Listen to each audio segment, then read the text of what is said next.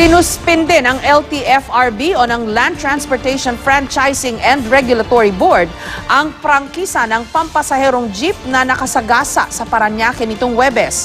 3 ang nahagip ng jeep na hindi raw tumigil sa traffic light. Sa pagdinig kanina, nabisto ring gumamit ng ibang lisensya ang driver at bumabiyahe pa ito sa hindi niya ruta. May report si Ivan Mayrina. Nakabulagta pa sa kuhang ito ng Parañaque Police ang biktimang si Roxanne Cawigan matapos masapul ang isang rumaragasang jeep sa kahabaan ng Rojas Boulevard, sakop ng Baclaran, Parañaque City nitong Huwebes ng umaga.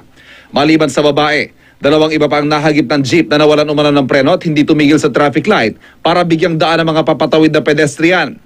Sabi ng operator ng jeep na si Magdo Sakilayan nang humarap sa pagdinig ng LTFRB kaninang umaga, nakipag-areglo na raw siya sa mga biktima.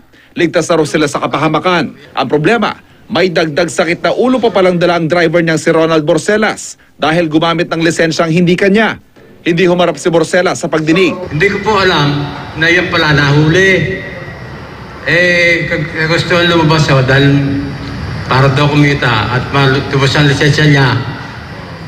Lumabas pa ako kahit hindi ko alam na ticket na pala yung dala. May dala siyang ibang lisensya na sa kapatid niya. Maliban dito, nabuking din sa pag-amin mismo ni Sakilayan na kumukuha ng pasahero si Borcelas kapag papauwi ng Imus, Cavite. Gayong ang prangkisa ay rutang Baclaran, Divisoria. Naging mabilis ang pasya ng LTFRB.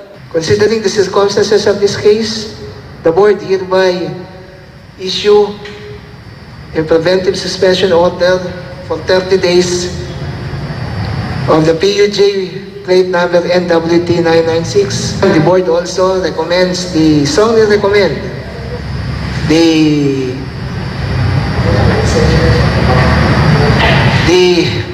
revocation or suspension so warrants of the license of the driver. Makikiusap sana akong kung pwede huwag ng dahil pagbili ng gamot ng Kaya lang po, may 4 po tayong na-aksidenteng tao.